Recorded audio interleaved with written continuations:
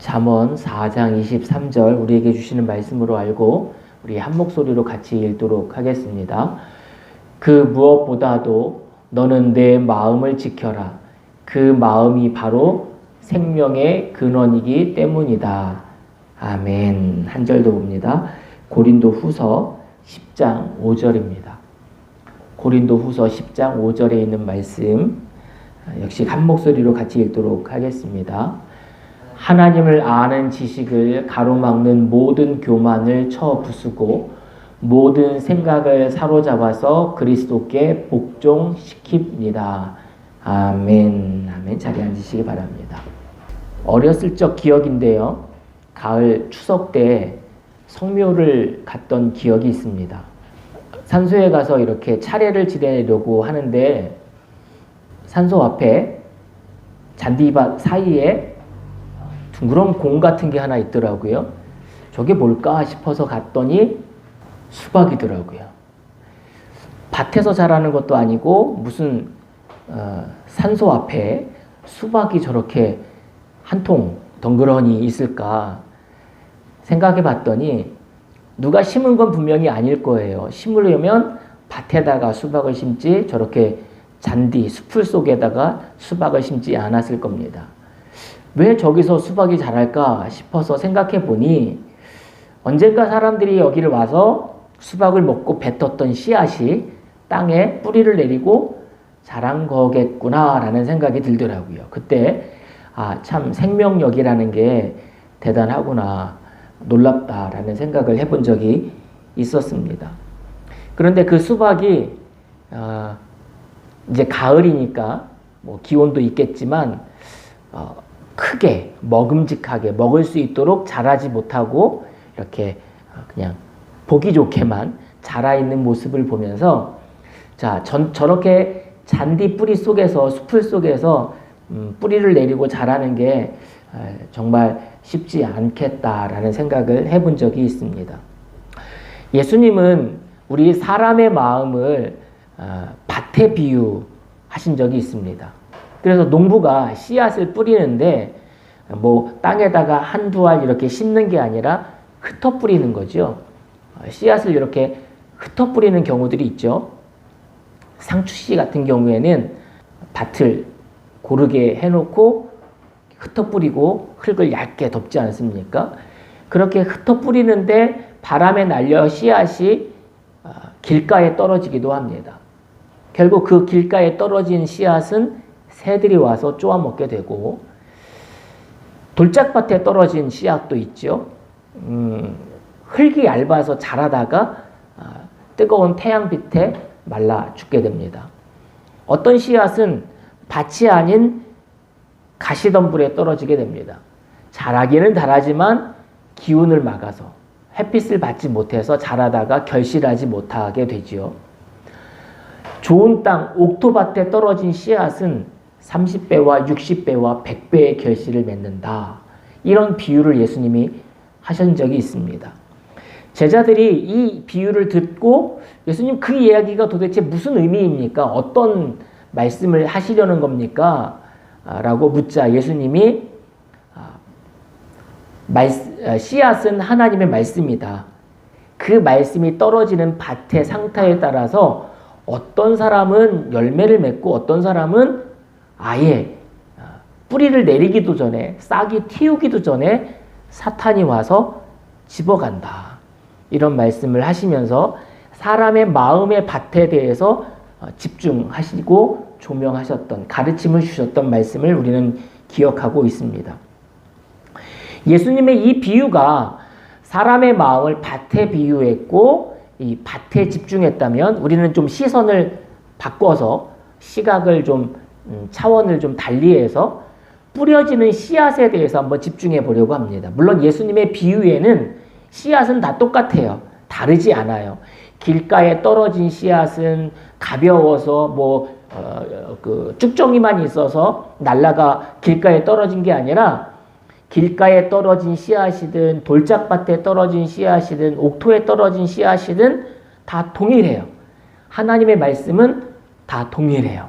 그러나 그 하나님의 말씀을 받아들이고 수용하고 품는 사람들의 마음의 밭에 따라서 그 결과는 전혀 다르게 열매 맺는 사람들이 있는가 하면 그렇지 못한 사람들이 있다라고 하는 결론이었죠. 오늘은 좀 사람의 마음을 밭에 비유하는 그 비유는 같은데 씨앗에 집중해 보려고 하는 거예요. 자, 뿌려지는 씨앗이 종류가 다를 수도 있죠. 사람의 마음은 밭과 같은데 무엇을 심느냐에 따라서 전혀 다른 결과를 얻을 수 있다는 겁니다. 물론 무엇을 심느냐에 따라서 얻어지는 결과는 서로 다르다는 것을 우리는 원리는 다 알고 있습니다. 그래서 콩 심은데 뭐가 나요? 콩이 나고 팥 심은데 팥이 난다라고 하는 진리, 변할 수 없는 진리는 우리는 다 알고 있습니다. 어린 시절 논에서 벼를 심어보고 밭에서 콩을 심어보고 옥수수를 심어봤던 기억이 있습니다. 여러분, 씨앗을 심고 나면 옥수수 알갱이를 이렇게 두세 개 심으면 그곳에서 뭐가 자라요? 옥수수 싹이 올라와요. 그렇죠? 씨감자를 이렇게 심으면 그곳에서 감자 싹이 올라오게 됩니다. 옥수수를 뿌려놓고 심어놓고서 여기서 오이가 자라기를 기대하는 사람이 있을까요?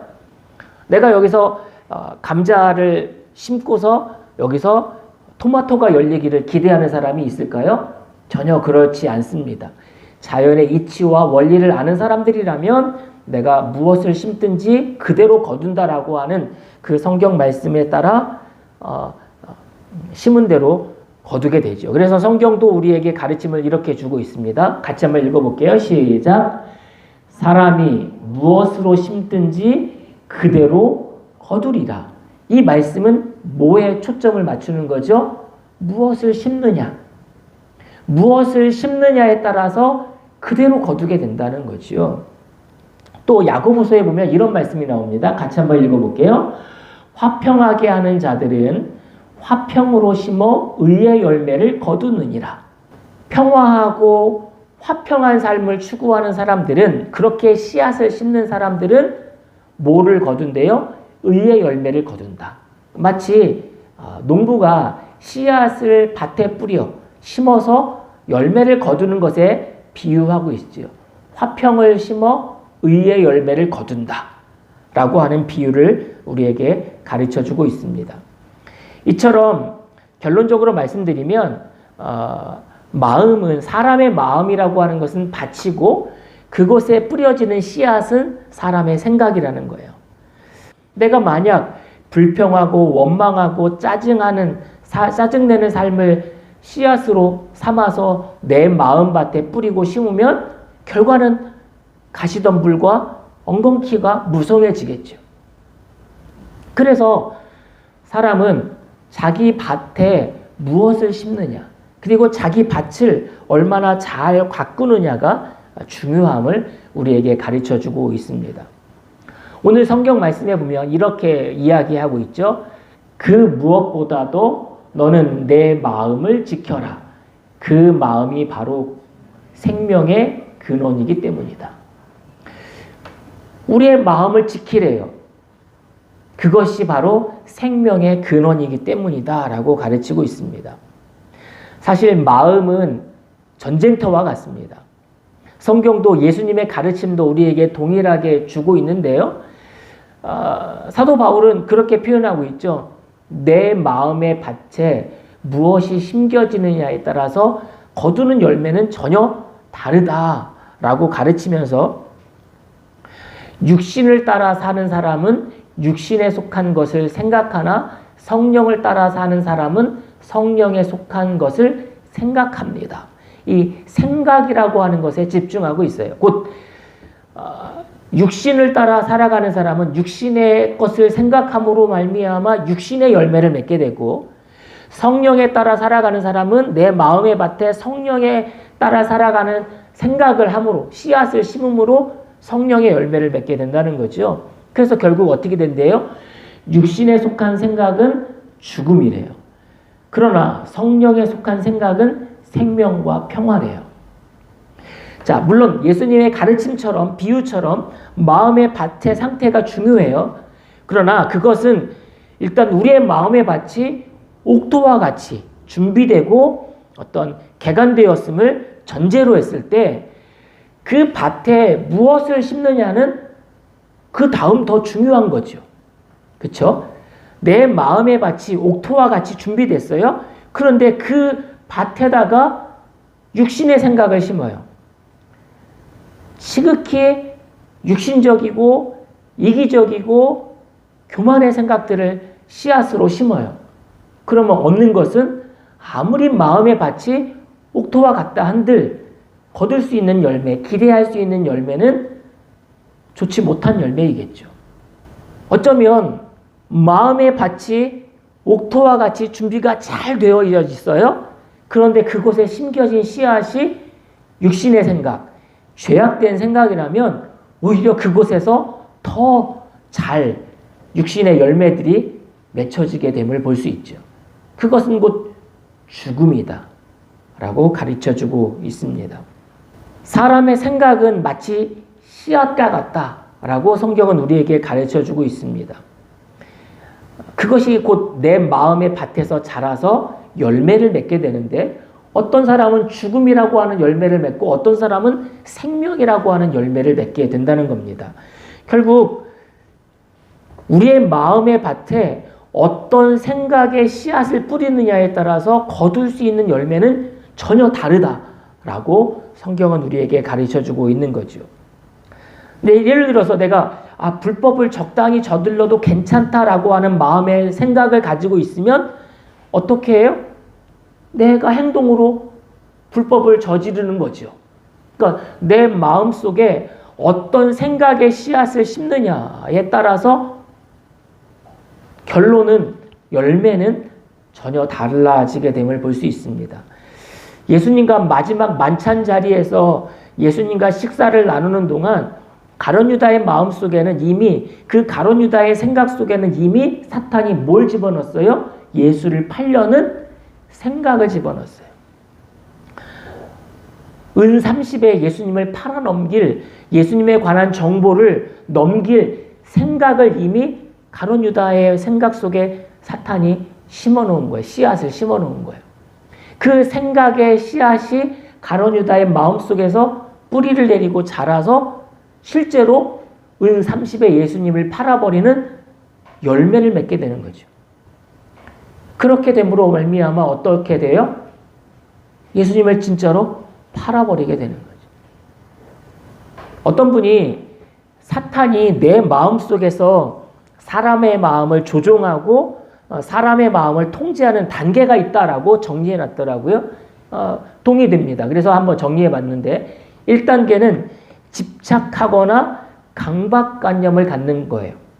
그러니까 사람이 갑자기 죄를 짓는 게 아니라 사람의 마음속에 집착하게 만들고 강박관념을 갖도록 계속해서 나쁜 생각을 주입하게 한다는 거죠. 사탄이. 계속 사람의 마음을 흔들어버리고 해도 괜찮다라고 하는 어떤 생각들을 집어넣게 만드는 거예요. 마치 에덴 동산에서 사탄이 사람들을 찾아와서 먹어도 괜찮아. 먹어도 죽지 않아. 먹으면 너희 눈이 밝아져서 하나님처럼 되는 거야. 이런 생각들을 계속해서 주입하는 거죠. 내가 어떤 탐욕스러운 마음이 있어서 뭔가를 훔치거나 어떤 행동으로 죄를 범하기 전에 사탄은 그것에 대해서 계속 집착하게 만들어요. 저거 갖고 싶다. 저거 한번 소유하고 싶다. 저걸 어떻게 하면 가질 수 있을까? 이것에 대한 미련을 떨치지 못하도록 집착하게 만들죠. 이게 1단계예요.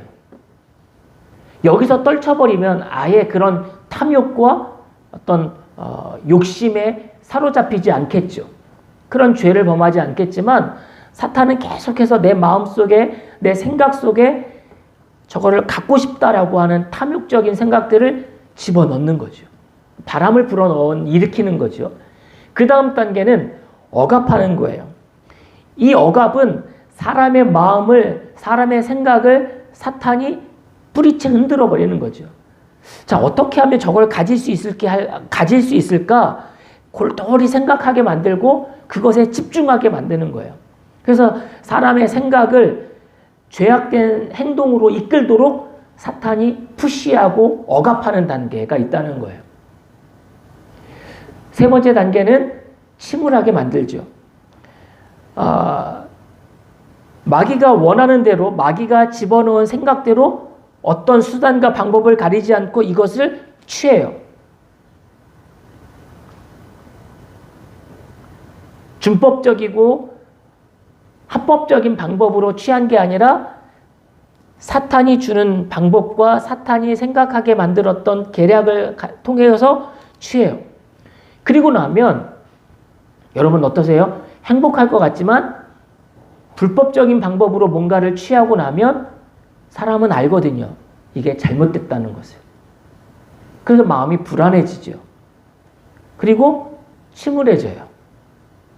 여러분, 뭔가 내가 하나님의 말씀을 어기거나 하나님이 원하시지 않는 행동을 하고 나서 당당하고 자유스럽고 만족스럽고 해방감이 드나요? 그렇지 않아요. 사람은요, 뭔가 죄를 짓고 나면 불안해요. 염려스러워요.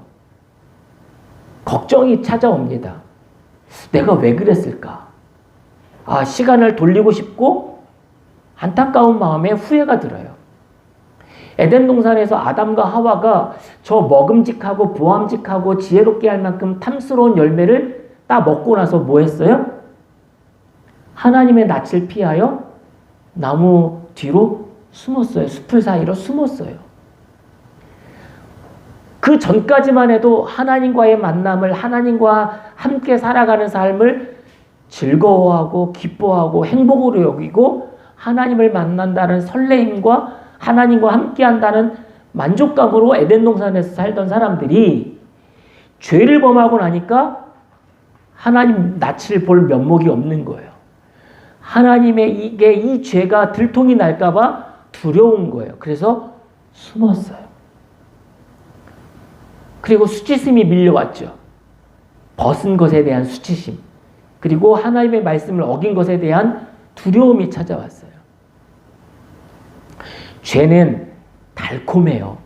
겉에서 보기에는 아직 죄를 짓기 전에는 마치 저거 먹으면 세상을 다 가진 것처럼 둘도 없는 행복감이 밀려올 것 같은 어떤 만족감이 줄 것 같은 달콤함이 있어요.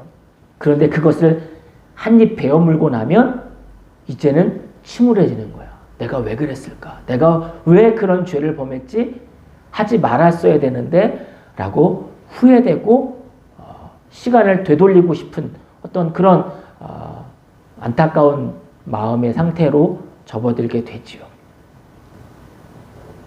그래도 이런 마음의 단계는 더 이상 죄를 짓지 않도록 우리를 어떤 발목을 잡는 기능을 해요.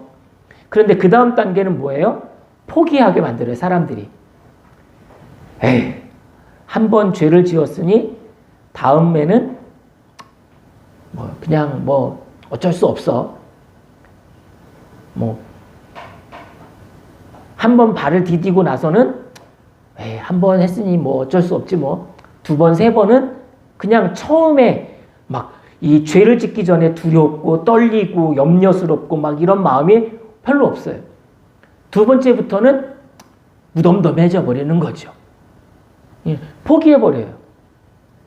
너무 쉽게 죄를 저질러 버리는 거죠. 마지막에는 사탄에게 사로잡히는 거예요. 이제는 죄책감도 없어요. 양심의 가책도 없어요. 사탄이 시키면 시키는 대로 시키는 즉시 아무 생각 없이 죄를 저질러 버려요. 이런 단계들에 따라서 사탄이 사람들의 마음을 조종하고 사로잡고 미혹해버리고 빼앗아가 버린다는 거죠. 그러니까 사람이 순식간에 어느 날 갑자기 죄를 탁 범하는 게 아니라 사탄은 사람들의 마음을 조종하기 시작하는데 단계별로 이 사람의 어떤 상태와 수준에 따라서 단계별로 집중 공략해요. 마음을 지킨다라고 하는 것은 마음을 지킨다라고 하는 것은 이런 사탄의 교묘한 어떤 유혹과 미혹으로부터 내 마음을 지켜내는 거예요. 내 생각을 관리하는 거죠. 그래서 내 마음의 밭에, 내 마음이라고 하는 밭에 좋은 씨앗만 심어지도록 내 생각을 관리하는 거예요. 그래서 사람들이 시간 관리하고 체중 관리하고 피부 관리하잖아요. 그렇죠? 건강을 위해서 체력 관리도 하고 체중 관리도 하고 음식도 관리해요. 피부 관리도 해요. 그죠? 선크림을 바른다든지 뭔가 에센스를 뿌린다든지 뭔가 하여튼 마사지를 한다든지 관리를 해요. 건강을 위해서 또 자기의 삶의 만족을 위해서 철저하게 관리를 하지요. 철저하게까지는 아니더라도 적당히 어느 정도는 관리들을 다 해요. 그런데 영적인 의미에서 마음 관리는 잘 안 하는 경우들이 있죠. 잘 못하는 경우들이 있고 해도 위의 것과 차원이 다른 수준으로 하는 경우들을 보게 됩니다. 성경은 오늘 우리에게 가르침을 주는데 그 어떤 것보다 마음 관리를 하라는 거예요.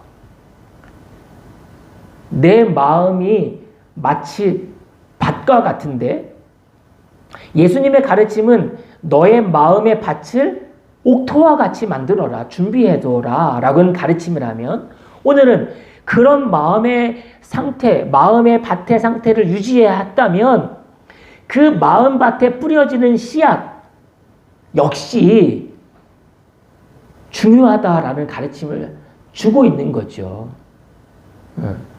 어떤 씨앗이 뿌려지느냐에 따라서 거두는 열매는 전혀 다르니까.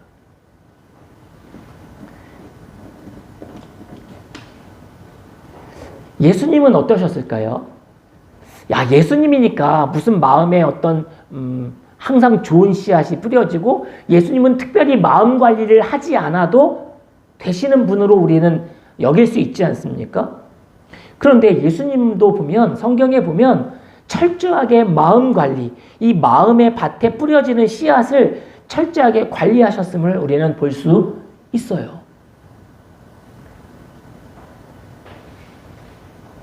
예수님이 따라오는 많은 무리들을 보시고 며칠 동안 먹을 양식이 떨어져 있는 사람들을 보고서 너희에게 먹을 게 있느냐? 물고기 2마리와 보리떡 5개밖에 없습니다. 그래? 사람들을 이렇게 그룹으로 지어서 둘러앉게 해라. 그리고 물고기 2마리와 보리떡 5개로 하나님 앞에 감사 기도하셨어요. 하나님, 이것을 우리에게 양식으로 주시니 감사합니다. 그리고 나서 제자들에게 나눠주시죠. 그리고 모여있는 그 많은 무리들, 5,000명이 넘는 사람들에게 그 물고기 2마리와 보리떡 5개로 나눠주기 시작하셨어요. 그리고 남았어요. 얼마나 남았을까요? 12광주리가 남았어요. 광주리는 소쿠리 정도가 아니라 큰 그릇을 의미해요. 기적이죠. 여러분, 그 현장에 있었다면 어떤 반응이 일어났을까요? 야, 배부르게 잘 먹었다. 아주 비싼 음식은 아니지만 허기진 배를 채우고도 남음이 있을 만큼, 어쩌면 식욕이 있는 사람들, 어떤 먹는 것에 탐욕이 있는 사람들은 2인분, 3인분, 4인분까지 먹었을지도 몰라요. 배가 고프니까. 입에서 그렇게 막 생선이니까 비린내가 날 만큼 보리떡 5개와 물고기 2마리 나눠준 그 보리떡과 물고기들을 먹고 사람들은 배불러 할 때 무슨 생각이 들었을까요? 이분을 우리의 왕으로 한번 세워보자. 이분이 왕이 된다면 우리는 적어도 먹고 사는 문제는 해결되겠구나. 이 생각하지 않았겠습니까? 그쵸? 그래서 사람들이 생각했어요. 야, 이분을 한번 우리가 한번 이번 대선에 한번 출마시켜 보는 게 어떨까? 우리나라가 로마의 지배 아래, 핍박 아래 세금을 걷어서 로마에 바치고 있는데 이 사람이 왕이 된다면 우리나라가 로마로부터 독립할 수 있지 않을까? 우리가 적어도 생고생해서 수고해서 얻은 결실에 세금을 로마에 바치지 않아도 우리가 먹고 사는데 지장이 없지 않겠는가? 이런 생각이 들었어요. 여러분, 우리에게 그런 능력이 있고 사람들이 그렇게 왕으로 추대하려고 하면, 임금으로 세우려고 하면, 대통령으로 이렇게 하려고 하면 어떤 마음이 들까요? 참 나는 안 하고 싶은데, 난 안 하고 싶은데 사람들이 어쩔 수 없이 이렇게 푸시를 하니까 국회의원에도 나가고 시의원도 하고 대통령도 하고 이러는 거잖아요. 그렇죠?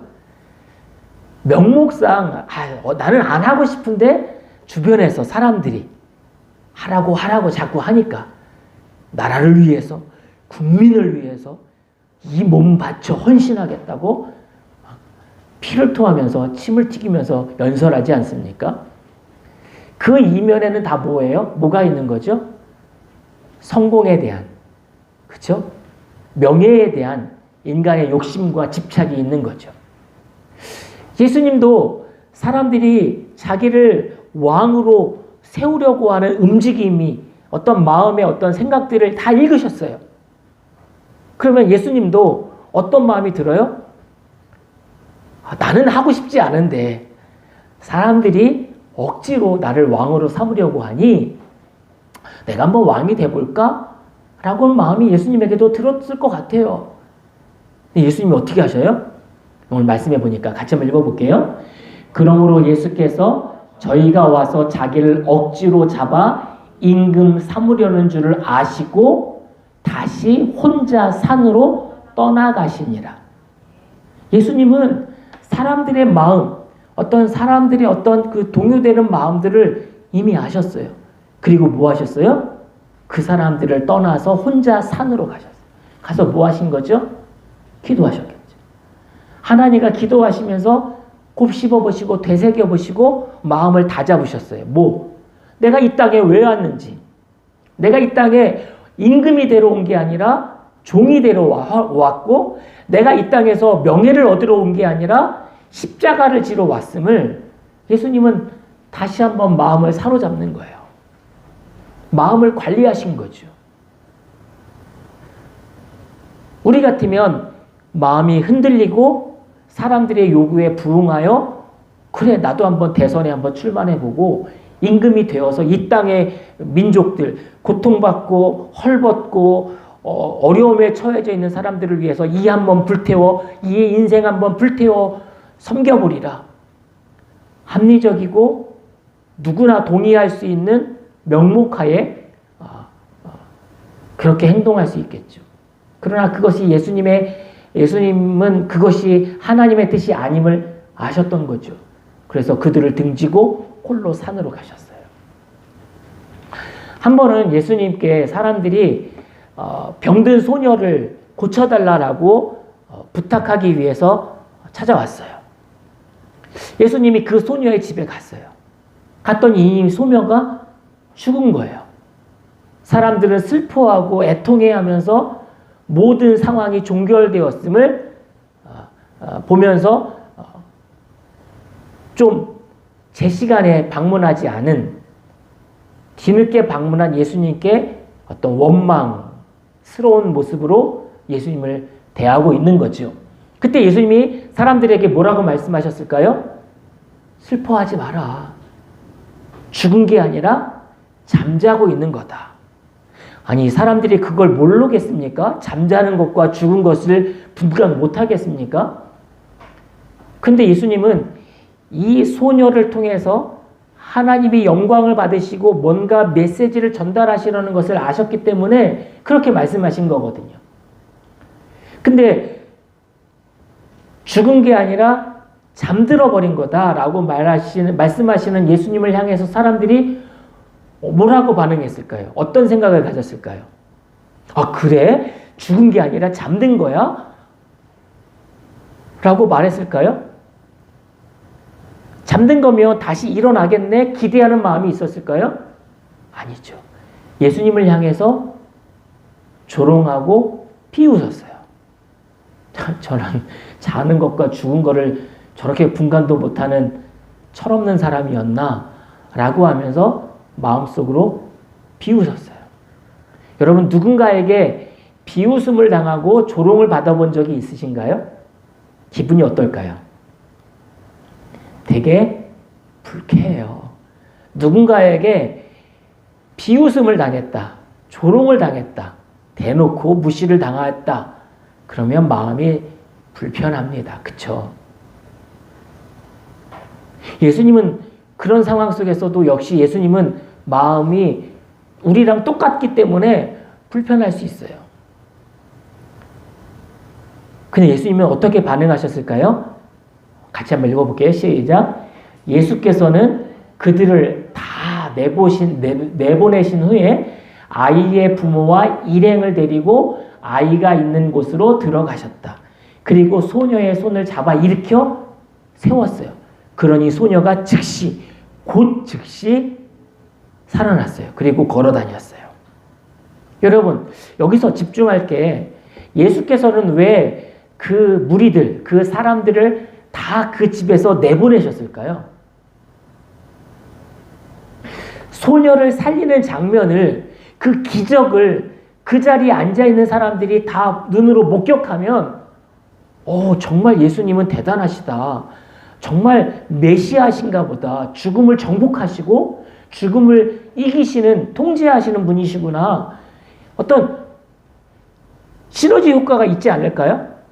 단순히 죽은 아이를 생명을 되살리는 그런 능력을 발휘하는 것에서 멈추지 않고 보다 많은 사람들이 그것을 목격하고 증인이 된다면 쉽게 하나님의 나라가 전파되지 않겠습니까?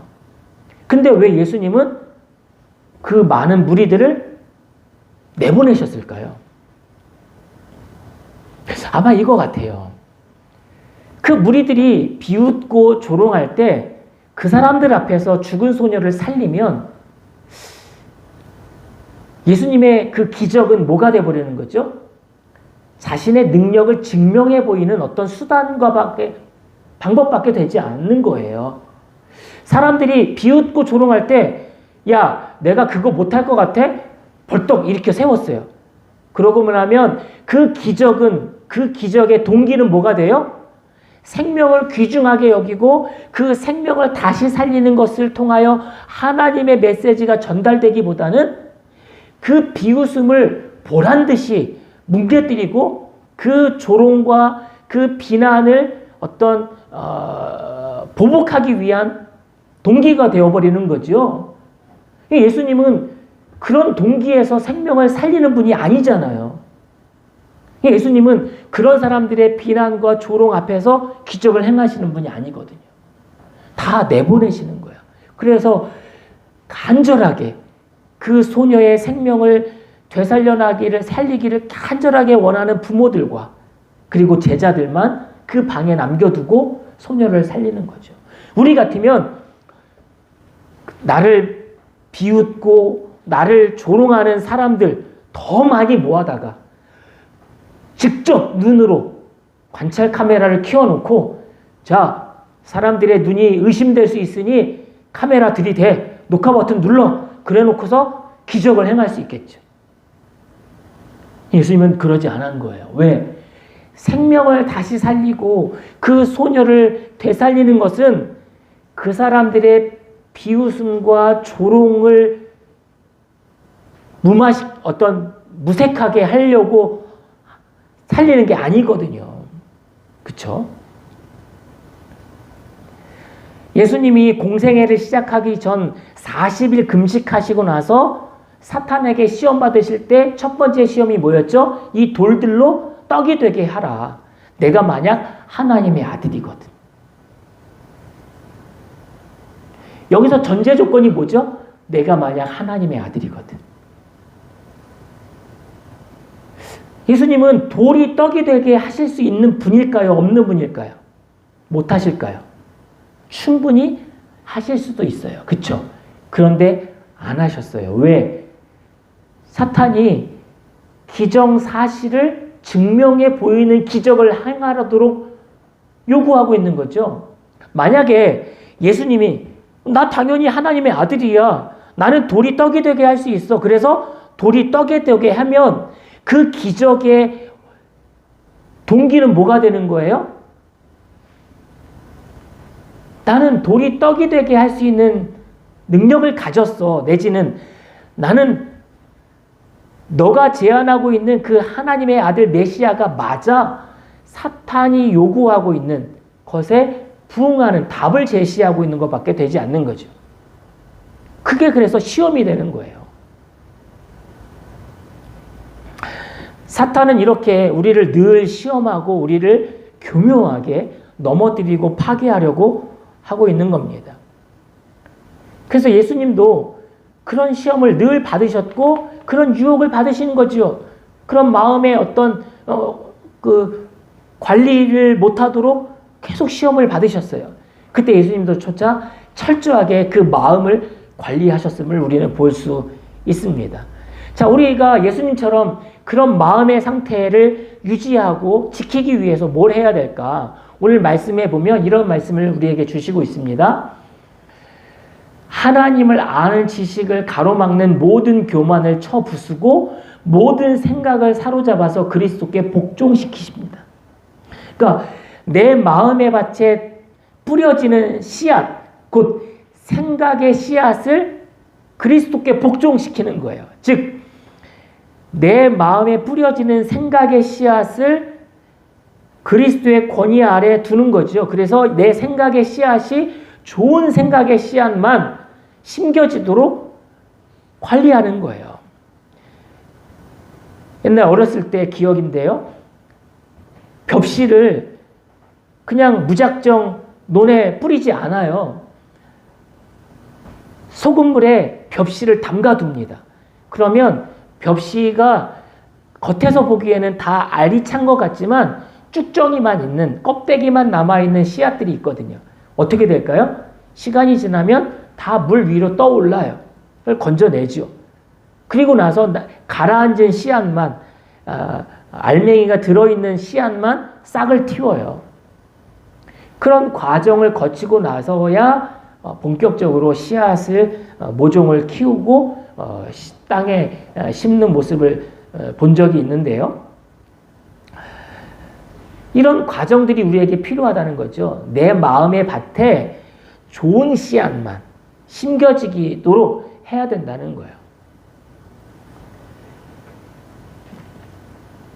다른 말로 말씀드리면 마음이라는 밭에 생각이라고 하는 씨앗이 들어오는 문을 지켜야 된다라고 하는 거죠. 군사 격언에 보면 그런 말이 있습니다. 뭘까요? 모에 실패한 장수는 용서할 수 있어도 모에 실패한 장수는 용서할 수 없다. 뭘까요? 작전에 실패한 장수는 용서할 수 있어도 뭐에? 경계에 실패한 장수는 용서할 수 없다. 물론 찾아보니까 누가 한 말인지는 근거를 찾을 수는 없더라고요. 이 말이 100% 맞지도 않아요, 사실. 이 말이 아니 작전에 실패한 장수를 어떻게 용서할 수 있습니까? 작전에 실패하면 전쟁에서 패하는 건데 사실은 뭐에 더 초점을 맞춰준 거죠? 경계근무. 그러니까 경계근무는 모든 작전의 기본이고 중요한 일이기 때문에 임무이기 때문에 경계근무 서는 것에 대해서 포인트를 맞추다 보니 작전을 조금 경계근무에 비교해서 등한시하는 것처럼 보여지지만 사실은 작전이 더 중요하죠, 사실은. 그렇죠?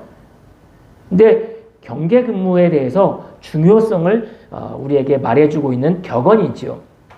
저도 군대 갔을 때 경험, 사실 뭐 여기 군대 경험한 사람들이 별로 없기 때문에 뭐 공감이 될지는 모르겠지만 군대 가면 야전 훈련을 갑니다. 저 같은 경우에는 175mm 자주포를 부대에서 근무를 했거든요. 궤도 달린 포차예요. 타고 야전에 갑니다. 훈련소에 가면 이제 이렇게 며칠간 이렇게 훈련을 나가기 위해서 짐들을 챙겨 가거든요. 무거운 짐들을 다 챙겨서 어렵게 힘들게 근무지에 갑니다. 그러면 근무지에 도착하면 포차를 이렇게 준비를 해요. 그리고 텐트를 치고 수경지를 이렇게 다 마련을 하죠. 거기서 가장 중요한 게 뭘까? 가장 우선시하는 게 뭘까? 훈련이니까 그럴 수도 있겠지만 딱 진지에 도착하면 경계 근무를 서요. 그러니까 사실 전쟁 상황도 아니고 훈련 상황 아닙니까? 그러면 힘들게 도착했으니까 이제 잠깐 쉬는 시간 주면 좋을 것 같은데 순번을 돌려가지고 경계 근무를 서게 해요.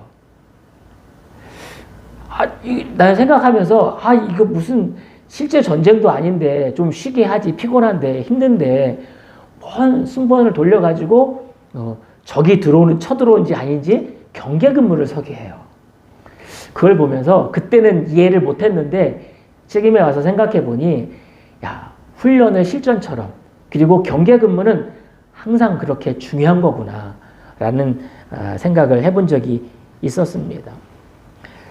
마음의 관리를 위해서도 좋은 생각이 씨앗처럼 우리의 마음속에 심겨지도록 좋은 생각만 씨앗이 되어서 심겨지도록 경계 근무를 서야 된다는 거죠. 그것이 바로 오늘 앞서 말씀드린 것처럼 모든 생각을 그리스도의 권위 아래 복종시키는 거예요. 과연 이 생각은 이렇게 내 마음속에 침투해 들어오는 생각은 하나님이 원하시는 것일까? 그렇지 않은 것일까? 하나님이 기뻐하시는 것일까? 그렇지 않은 것일까? 벽실을 소금물에 담궈두는 것처럼 그리스도의 권위 아래 복종시켜야 한다는 거죠. 빌립보서에 보면 이런 말씀을 우리에게 주고 있습니다. 아무것도 염려하지 말고 오직 모든 일에 기도와 간구로 여러분들의 바라는 것을 감사함으로 하나님께 아뢰십시오. 지금 상황이 염려스럽고 고통스럽고 어려운 상황에 놓여져 있습니다. 그럼에도 불구하고 감사함으로 기도하는 가운데 하나님께 아뢰라는 거예요. 그리하면 사람의 헤아림을 뛰어넘는 하나님의 평화가 여러분들의 마음과 생각을 그리스도 예수 안에서 지켜줄 것입니다. 몇 번이고 함께 나눴던 말씀 기억하시죠? 하나님의 마음의 평화가 우리 마음속에 깃들게 된다는 거예요. 여전히 문제는 남아있고 여전히 어려운 상황은 존재하고 있지만 내 마음이 평화스럽다면 걱정과 염려가 되지 않는다면 그만 아닙니까? 그렇죠? 그럴 수 있는 방법이 비결이 뭐래요? 감사함으로 하나님 앞에 기도하는 거예요. 기도하면 여전히 문제는 남아있지만 내 마음속에 평화가 깃들고 마음과 생각을 하나님이 주장하신다는 거죠. 그래서 8절에 보면 이렇게 말씀하고 있어요. 마지막으로 형제자매 여러분, 무엇이든지 참된 것과 무엇이든지 경건한 것과 무엇이든지 옳은 것과 무엇이든지 순결한 것과 무엇이든지 사랑스러운 것과 무엇이든지 명예로운 것과 또 덕이 되고 칭찬할 만한 것이면 이 모든 것을 뭐하래요? 생각하십시오. 사람이 생각이 꼬리에 꼬리를 문다고 사람이 어떤 생각을 하느냐에 따라서 어떤 생각의 씨앗을 품느냐에 따라서 마음은 요동을 치기도 하고 풍랑을 맞기도 하고 평온하고 고요할 수도 있다는 거예요. 그래서 무엇이든지 뭐하래요? 참된 것을, 경건한 것을, 옳은 것을, 순결한 것을, 사랑스러운 것을, 명예스러운 것을, 칭찬받을 만한 것을 마음에 깊이 생각하라는 거예요. 그 생각을 마음의 씨앗으로 삼으라는 거죠. 그러면 우리의 마음속에 평안이 깃들고 그 열매를 거둘 수 있다는 겁니다. 우리의 생각은 참 가벼워요. 이게 통제가 잘 안 돼요. 심지가 굳은 사람도, 뚝심이 있는 사람도 우리의 생각은 참 우리의 영역 바뀔 때가 너무 많아요. 간단히 한번 실험해 볼까요? 눈을 감고요. 눈을 감아 보세요. 눈을 감고 두 손을 이렇게 양손을 펴보세요. 그리고 왼손에 레몬 하나를 올려보세요. 상상하는 거예요. 두 손을 펴고 왼손에다가 노란색 레몬을 하나 올려놔요. 그리고 오른손으로 그것을 껍질을 까보세요. 껍질을 잘 까셨나요? 잘 안 까지지만 오른손으로 왼손에 있는 그 레몬을 껍질을 까보세요. 그리고 잘 까진 레몬을 입속에 가져다 넣어보세요. 씹어보세요.